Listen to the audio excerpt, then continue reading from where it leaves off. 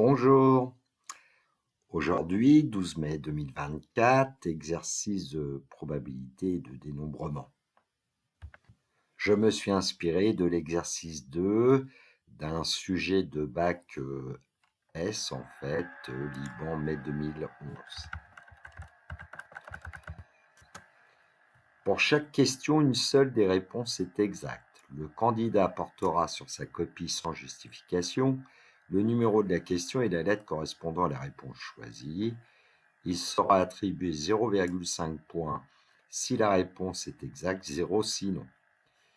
Question 1. Un magasin de matériel informatique vend deux modèles d'ordinateurs au même prix et de marque M1 et M2.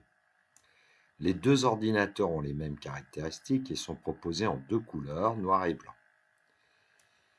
D'après une étude sur les ventes de ces deux modèles, 70% des acheteurs ont choisi l'ordinateur M1 et parmi eux, 60% ont préféré la couleur noire.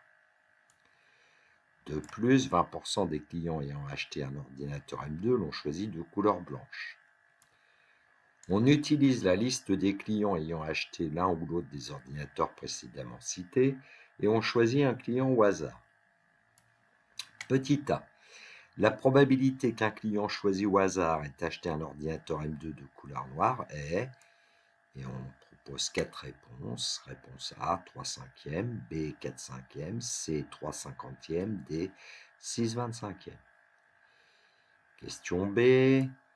La probabilité qu'un client choisi au hasard ait acheté un ordinateur de couleur noire est réponse A, 21/50e, B, 33/50e, C, 3/5e, D, 12/25e. Petit c, le client a choisi un ordinateur de couleur noire. La probabilité qu'il soit de marque M2 est réponse A, 4/11e, B, 6/25e, C, 7/11e, D, 33/50e. Question 2. Un sac contient 4 jetons verts, 2 jetons rouges et 3 jetons bleus. Les jetons sont indiscernables au toucher. L'expérience consiste à tirer au hasard et simultanément 3 jetons du sac. Petit a, la probabilité d'obtenir 3 jetons de même couleur est réponse A, 11/81, B, 2/7e, C, 5/84, D, 4/63. Petit b, la probabilité d'obtenir 3 jetons de 3 couleurs différentes est réponse A, 2/7e, réponse B, 1/7e, réponse C, 1/21e, réponse D, 79/84. Question C. On répète plusieurs fois l'expérience de manière indépendante en remettant à chaque fois les 3 jetons dans le sac. Le nombre minimal d'expériences à réaliser pour que la probabilité de l'événement obtenir au moins une fois 3 jetons verts soit supérieur ou égal à 0,99 est réponse A, 76, B, 71, C, 95, D, 94. Correction. Pour la question 1, je conseille évidemment de dresser un diagramme en arbre. Alors, on va donner des noms à des événements. J'ai appelé soit M1 l'événement l'acheteur a acheté un ordinateur de marque M1, M2 l'événement l'acheteur a acheté un ordinateur de marque M2, N l'événement l'acheteur a acheté un ordinateur de couleur noire, B l'événement l'acheteur a acheté un ordinateur de couleur blanche. D'après les informations de l'énoncé, on devrait obtenir assez aisément cet arbre. Donc la probabilité de M1, 7/10, donc la probabilité de M2, 3/10, la probabilité de N sachant M1, 3/5, probabilité de B sachant M1, 2/5, probabilité de N sachant M2, 4/5, probabilité de B sachant M2, donc 1/5. Alors, ça vient certainement des données de l'énoncé. On nous disait qu'il y avait 70% d'ordinateurs de la marque M1 qui avaient été achetés. Ensuite, on disait que 60% avaient été de couleur noire parmi les ordinateurs M1, donc 60% c'est 3/5. On en déduit donc le 2/5. La somme des probas issus d'un nœud doit faire 1. Pour les ordinateurs M2, on avait dit que 20% des ordinateurs M2 étaient de couleur noire et donc 20 de couleur blanche, je crois. Donc 20%, ça donne un cinquième et on en déduit 4 cinquièmes. Petit a, la probabilité qu'un client choisi au hasard ait acheté un ordinateur M2 de couleur noire est... Alors j'ai donné la réponse, mais il est préférable d'aller comprendre pourquoi. C'est la probabilité de M2 inter n qu'on nous demande ici. Donc c'est la probabilité de M2 multipliée par la probabilité de n sachant M2, 3 dixièmes multiplié par 4 cinquièmes, on peut dire 12 cinquantièmes et on simplifie 6 sur 25. Petit b, la probabilité qu'un client choisi au hasard ait acheté un ordinateur de couleur noire est, on va voir que c'est la réponse B. La probabilité d'obtenir un ordinateur de couleur noire, c'est la probabilité d'obtenir l'événement M1 inter n plus la probabilité d'obtenir l'événement M2 inter n. C'est d'après la formule des probabilités totales. Et puis en suivant l'arbre, on obtient 7 dixièmes multiplié par 3 cinquièmes, plus 3 dixièmes fois 4 cinquièmes égale 33 sur 50. Alors, je n'ai pas tout rédigé, je n'ai pas écrit ici, par exemple, que la probabilité de M1 inter n, c'était probabilité de M1 multiplié par probabilité de n sachant M1, on l'a déjà fait à la question précédente, et comme on ne demandait pas de justifier, de toute façon, ce qui est important, c'est d'avoir ici la bonne réponse. Petit c, le client a choisi un ordinateur de couleur noire. La probabilité qu'il soit de marque M2 est, réponse A, 4 onzièmes. Alors la probabilité demandée, c'est la probabilité de M2 sachant n. Et on sait que c'est probabilité de M2 inter n divisé par P de n. Alors la probabilité de M2 inter n, en fait, on l'a calculée à la question précédente ici. Donc 3 dixièmes fois 4 cinquièmes, ça fait 12 sur 50. Et la probabilité de n, on la connaît, c'était 33 sur 50. Donc on divise par 33 sur 50, ce qui nous donne de manière à peu près évidente ici 12 divisé par 33, c'est-à-dire 4 onzièmes. Alors pour la question 2, avant de répondre aux questions, je conseillais souvent à mes élèves d'essayer de faire une prise de notes. Et donc de dire que, par exemple ici, le sac contient 4 jetons verts, 2 jetons rouges et 3 jetons bleus. Alors ça leur paraissait pas toujours évident, mais je leur disais quand même, comptez combien il y a de jetons en tout. Et par exemple, faites un petit schéma, tout simple, mais qui permet de visualiser un peu la situation. Il y a donc ici 9 jetons dans le sac qui sont indiscernables au toucher. Ça veut dire que quand on va prélever, on prélèvera au hasard. Et puis on nous dit que l'expérience consiste à tirer au hasard et simultanément 3 jetons du sac. Alors simultanément, il faut avoir un petit réflexe quand même, c'est que on va utiliser les combinaisons. Donc j'appelle oméga l'ensemble des résultats possibles. Oméga, c'est l'ensemble des combinaisons de 3 éléments choisis parmi 9 éléments. Bon, je devrais dire de 3 jetons choisis parmi 9 jetons. C'est pour se ramener à ce qu'on dit en général dans le cours de dénombrement. Et donc le cardinal de oméga, c'est 3 parmi 9. C'est-à-dire on peut le calculer ainsi, 9 fois 8 fois 7 sur 3 fois 2 fois 1. Et on obtient 84 en fait. 84 façons de choisir au hasard et simultanément 3 jetons du sac. Maintenant qu'on s'est mis un petit peu en tête la situation, on passe aux questions. La probabilité d'obtenir 3 jetons de même couleur est pour la question 2A, et on va voir que c'est la réponse C, 5 divisé par 84. Alors j'ai refait le petit schéma parce que souvent ça aide pour raisonner. Donc en fait, avoir 3 jetons de même couleur, ici on voit qu'on peut obtenir 3 jetons verts, mais on ne peut pas obtenir 3 jetons rouges puisqu'il n'y en a que 2, mais on peut obtenir 3 jetons bleus. Donc il n'y a que 2 possibilités, c'est ou 3 verts ou 3 bleus. On obtient 3 jetons verts ou 3 jetons bleus. Alors je vais parler de nombre de cas favorables parce que pour les profs de bac, c'est pas sûr qu'on vous demande des probabilités, mais qu'on vous demande plutôt quel est le nombre de tirages comportant, par exemple, 3 jetons de même couleur. Et dans ce cas-là, ça correspond à ce que j'ai appelé ici, évidemment, le nombre de cas favorables à l'événement qui est demandé. Alors, 3 jetons verts, alors qu'on sait qu'il y en a 4, donc en fait, le nombre de cas favorables va être 3 parmi 4. Le ou, qui est un ou bien ici, va se traduire par l'addition, principe additif avec le ou. 2 parmi 3, puisqu'on peut choisir, donc c'est 3 parmi 3, pardon, il y avait une erreur de ma part. J'ai fait un copier-coller où je n'ai pas modifié.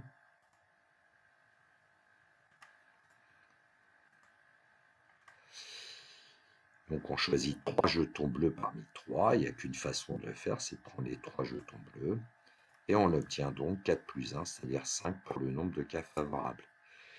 Ça se comprend qu'on ait 4 possibilités pour obtenir 3 jetons verts, parce que ça veut dire aussi que quand on en choisit 3, il y en a un qu'on délaisse. Un parmi 4 qu'on délaisse. Alors, une façon de rédiger, alors, maintenant on sait que la probabilité, ça va être 5, le nombre de cas favorables divisé par 84, le nombre de cas possibles.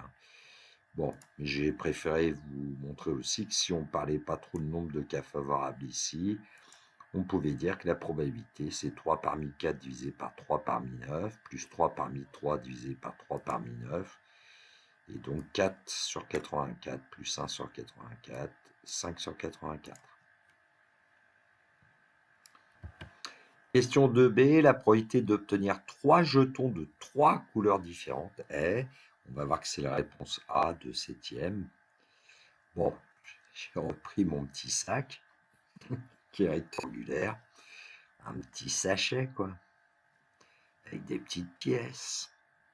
Alors, qu'est-ce que ça veut dire que on obtient 3 jetons de 3 couleurs différentes? Eh bien, cela signifie qu'on va obtenir un jeton vert et un jeton rouge et un jeton bleu. Et on sait que le et, on va le traduire par un multiplié, c'est le principe multiplicatif ici qu'on va utiliser. Donc le nombre de cas favorables, c'est 1 parmi 4, puisqu'il y a 4 jetons verts, multiplié par 1 parmi 2, parce qu'il y a 2 jetons rouges, multiplié par 1 parmi 3, parce qu'il y a 3 jetons bleus, et on va obtenir 4 fois 2 fois 3, c'est-à-dire 24. Et donc la probabilité, c'est 24 sur 84, qui n'était pas une réponse donnée dans l'énoncé, mais ça vaut 2/7 quand on simplifie par 12.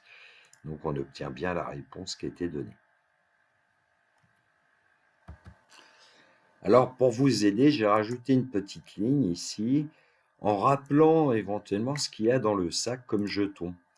4 jetons verts, 2 jetons rouges, 3 jetons bleus, ce qui fait que, eh bien, on voit un peu mieux comment procéder pour obtenir le nombre de cas favorables. On doit prendre un jeton vert parmi 4 jetons verts, un jeton rouge parmi 2 jetons rouges, et puis un jeton bleu parmi 3 jetons bleus. Peut-être que c'est plus explicite pour comprendre ce calcul. Alors, je tiens absolument à faire un complément, parce qu'il y a une question qui n'a pas été posée. Bon, ça me surprend un petit peu. Alors, on va voir quelle est cette question qui n'a pas été posée. En fait, elle est écrite ici. Quelle est la probabilité d'obtenir 3 jetons de 2 couleurs différentes seulement? Je l'ai appelé P2 ici, on va voir pourquoi. Donc, j'ai appelé AK l'événement, on obtient K couleurs à l'issue du tirage des 3 jetons. Et en fait, K peut prendre que les valeurs 1, 2, 3, puisqu'on peut obtenir qu'une seule couleur, ou 2 couleurs, ou 3 couleurs. J'ai appelé PK la probabilité de l'événement AK. Et puis avec les questions précédentes, en fait, on peut dire que P1 c'est 5 sur 84 et P3 c'est 24 sur 84, puisque nous avons trouvé, pour l'événement 1, ce sera on obtient une couleur à l'issue du tirage des 3 jetons, c'est-à-dire les 3 jetons sont la même couleur, et on avait obtenu 5 sur 84. Et puis pour celui-là, c'est on obtient 3 couleurs à l'issue du tirage des 3 jetons. On a obtenu 2/7 qui était 24 sur 84. Alors, comment peut-on faire pour trouver la probabilité P2? Alors, évidemment, il y a la méthode rusée. Il vaut mieux utiliser cette méthode, d'ailleurs.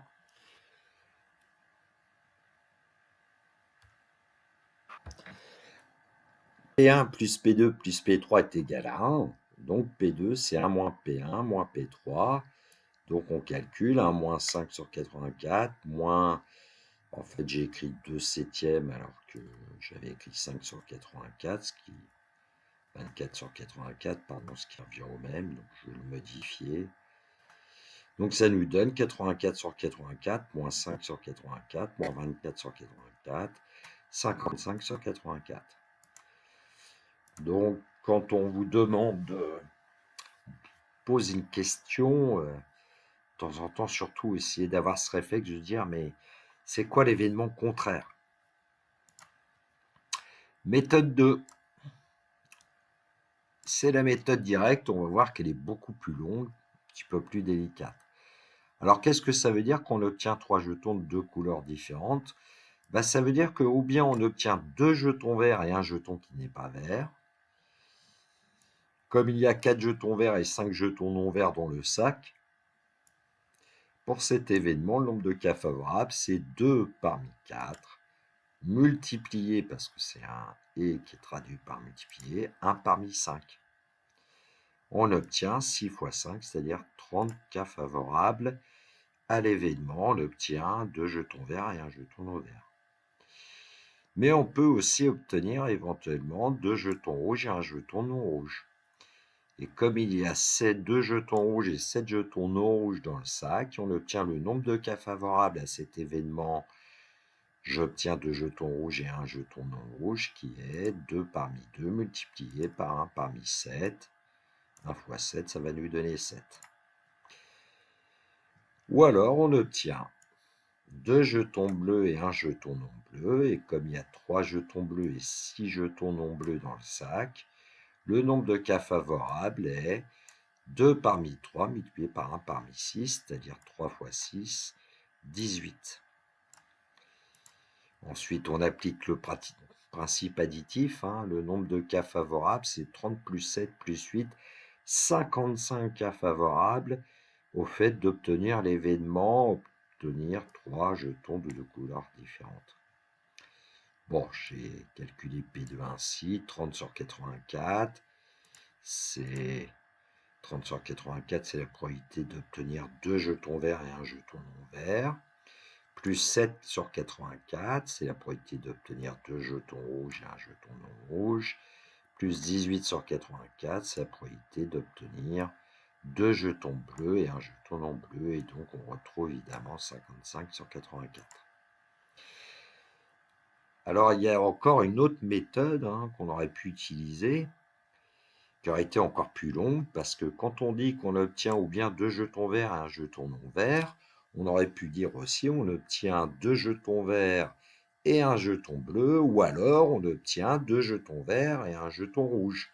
Et auquel cas, on avait encore plus de calculs à faire. Bon, donc ici, j'ai essayé de simplifier, puis vous voyez quand même la longueur du raisonnement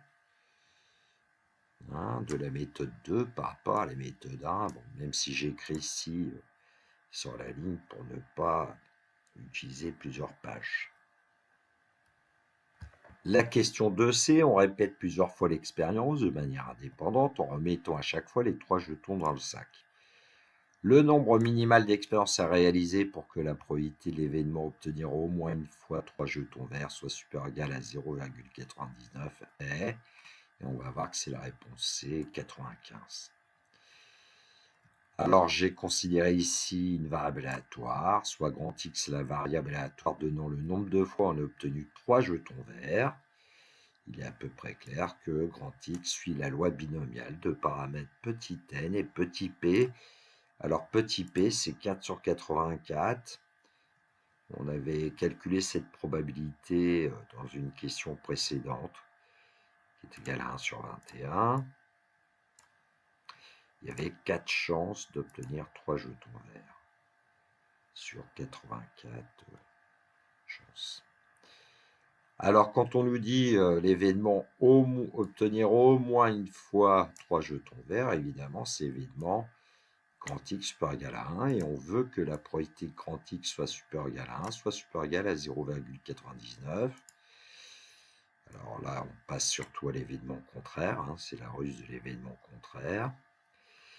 Donc P de x supérieur à ou égal à 1, c'est 1 moins P de x égale 0, qu'on veut être supérieur ou égal à 0,99. Alors j'ai préféré isoler la probabilité de grand X prenne la valeur 0, ça doit être inférieur ou égal à 0,01, c'est-à-dire 1 moins 0,99. Ensuite, la probabilité de grand X égale 0, ça veut dire qu'on n'a eu que des échecs, et la probabilité d'échec, c'est 1 moins 1 sur 21. Donc ça nous donne 20 sur 21, et on a eu n échecs. Donc 20 sur 21 à la puissance n doit être inférieur ou égal à, j'ai écrit 0,01 sous la forme 10 puissance moins 2. Les deux nombres sont strictement positifs, on va pouvoir prendre le logarithme. Et donc le logarithme de 20 sur 21 à la puissance n va être inférieur au logarithme de 10 puissance moins 2, puisque la fonction logarithme d'Hipérien est strictement croissante sur l'intervalle 0 plus infini ouvert en 0. Donc on conserve le sens des inégalités ici. Par propriété algébrique du logarithme népérien, log de a puissance n, c'est n log de a, quand a est un nombre strictement positif. Et puis log de 10 puissance moins 2, c'est le moins 2, logarithme népérien de 10. On va diviser ensuite par ln de 20 sur 21. Hein, j'ai utilisé la notation slash, on évite ça dans une copie, utiliser plutôt une fraction. Moi, ça me fait gagner une ligne. Et donc, on change le sens des inégalités ici, puisque ln de 20 sur 21 est un nombre négatif. Hein. Et donc, n va être supérieur ou égal à moins 2 ln de 10 divisé par ln de 20 sur 21. Je vous ai ajouté quelques explications. Et en fait, on va obtenir n supérieur ou égal à 95, car n, c'est un entier, ici. Et puis, moins 2 logarithme de 10 divisé par logarithme de 20 sur 21. À l'aide d'une calculatrice, on obtient environ 14,39. Voilà, la correction de cet exercice est terminée. Si vous avez apprécié, un petit pouce levé, vraiment, ça m'encourage à continuer. Sinon, un pouce baissé. Aïe, aïe, aïe. N'hésitez pas à m'envoyer un commentaire si vous le souhaitez, éventuellement une question. Je vous souhaite une belle journée. Surtout, prenez bien soin de vous. Que la force soit avec les élèves de terminale qui passeront leur épreuve de bac dans un mois à peu près. Il me reste à vous dire au revoir.